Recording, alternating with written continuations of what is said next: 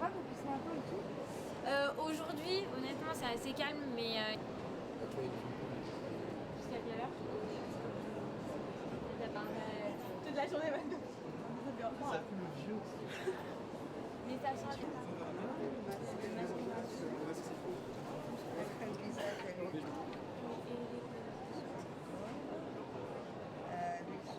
Le nom qui leur dit quelque chose et donc en fait ça les pousse à poser la question.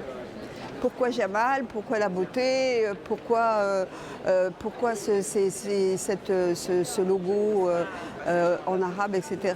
Et donc là, je leur explique qu'on a été les premiers concepteurs de la normale en France et ils apprécient beaucoup, ils trouvent ça très judicieux, etc., etc. Donc, tout le monde me dit mais comment vous avez eu cette idée?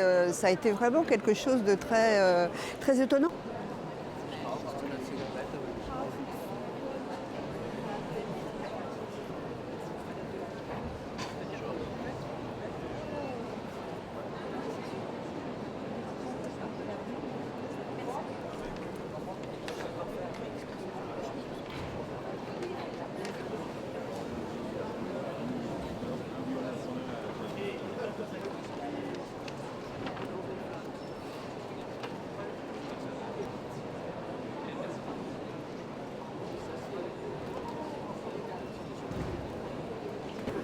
Je pense qu'aujourd'hui, notre expo, c'est un événement qui permet à l'ensemble de la filière française, déjà à la base, filière française biologique, de se réunir tous les 2 ans. Et dans ce cadre-là, nous, on a orienté l'événement désormais vers l'innovation. C'est d'ailleurs la baseline de l'événement, le révélateur des biotendances.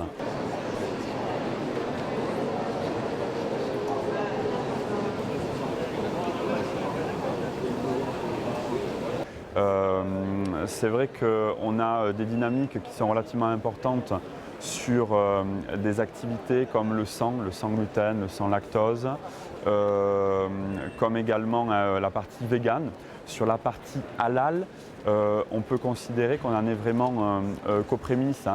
On n'a pas une communication spécialement marquée des acteurs du marché sur cette activité-là. Et on peut effectivement considérer que la société Jamal Cosmétiques est l'une des sociétés pionnières du marché. Non, on n'a pas parlé, donc ça veut dire. On présume déjà que le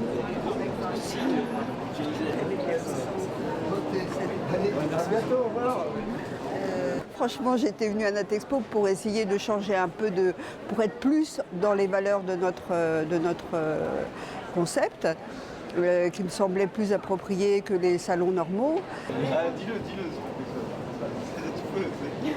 Bon, c'est pas ce que je peux faire. Et en fait, on a fait le tour du monde en 24 heures, puisqu'on a eu à peu près une douzaine de pays qui sont venus nous voir, depuis le Portugal jusqu'aux Émirats.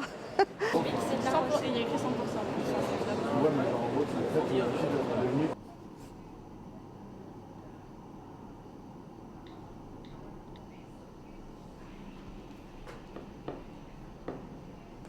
On s'est rendu compte qu'en fait, il y avait une population, une partie de la population mondiale qui en fait n'était pas du tout comprise par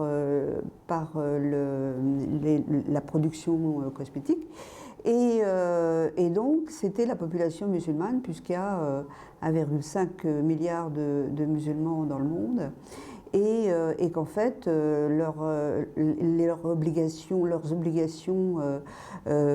religieuses et leur mode de vie n'étaient pas pris en compte. La rose de Damas, qui est la plus belle rose du monde pratiquement. On va avoir aussi de l'huile de figue de Barbarie, qui est très à la mode.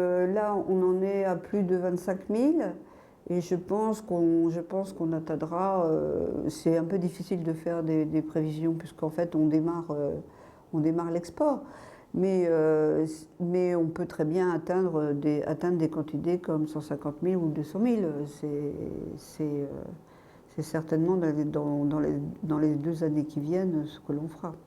Et donc là, l'année dernière, enfin là en mars, ils ont décidé de l'envoyer dans la zone Moyen-Orient.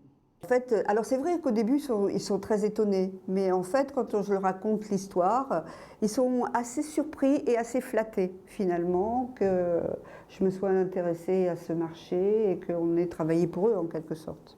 Voilà.